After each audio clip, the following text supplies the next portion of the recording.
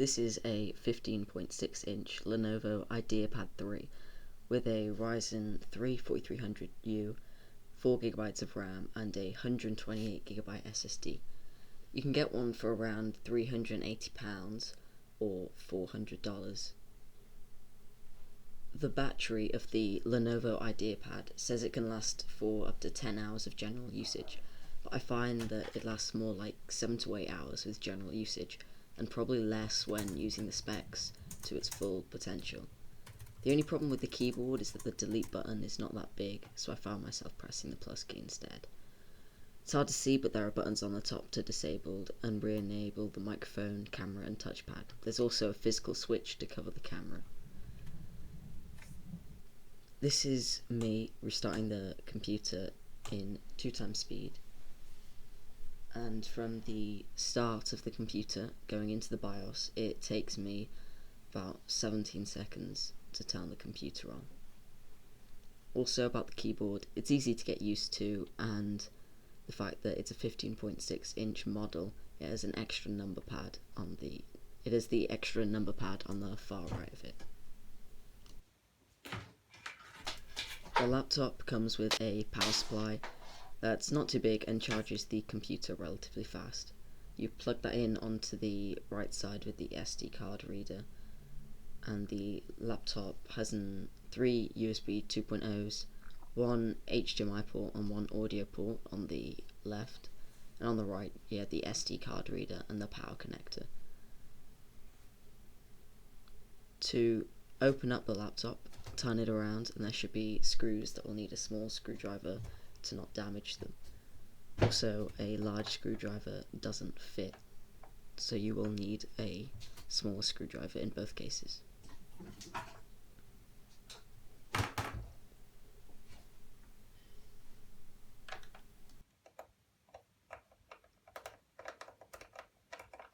To open the laptop, you'll need something thin to open up the case, as there are many clips inside the laptop that make it extremely difficult to open. It took me quite a lot of time to open it. And on the inside you can see that the clips that I'm talking about, there's a lot of them all around the case.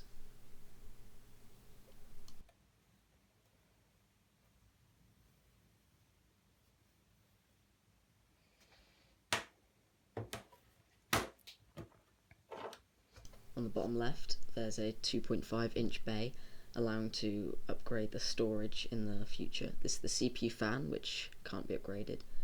The laptop has 4GB of RAM soldered to the board, so you can't change that, and it's at 2666 MHz, and it cannot be overclocked to its rated speed, as the motherboard doesn't allow.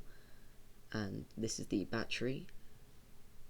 The 128GB NVMe SSD is from Crucial, I'm pretty sure, and this is an extra RAM slot where you can put up to 16GB of RAM, which will allow you to in total will allow you to go to 20GB of RAM.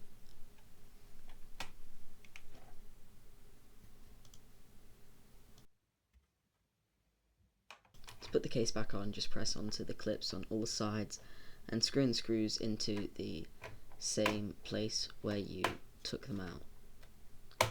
The short screws go on the bottom for screw holes, and the longer screws go elsewhere in the other holes. The laptop is capable of light gaming. The only setback is that the 4GB of RAM is not in dual channel, and Ryzen APUs lose a lot of performance if they are not in dual channel. This can be fixed by adding another 4GB of RAM. Portal 2 on a mixture of settings ran well, and the frame rate throughout was always playable, mostly staying above 30 FPS. This was just a randomly picked community map that was very popular. I just played it for a bit, but I've played Portal 2 before this, and it does run very smooth. Also, the 4GB of RAM might not be enough RAM to play the game, as most of the time it went above, it stayed at 99% usage for the RAM, and the APU also uses 500 megabytes of the RAM, so you've actually only got 3.4 gigabytes of RAM available to use. In Cinebench R23, I tested the 15 watt Ryzen 3 4300U in the laptop. This is in 4 times speed, and the laptop got slightly better than an i7 4850HQ and 300 points better than an 11th gen i7 1165G7. The 4850HQ was at 30 watts and the i7 1165G7 was at 15 watts.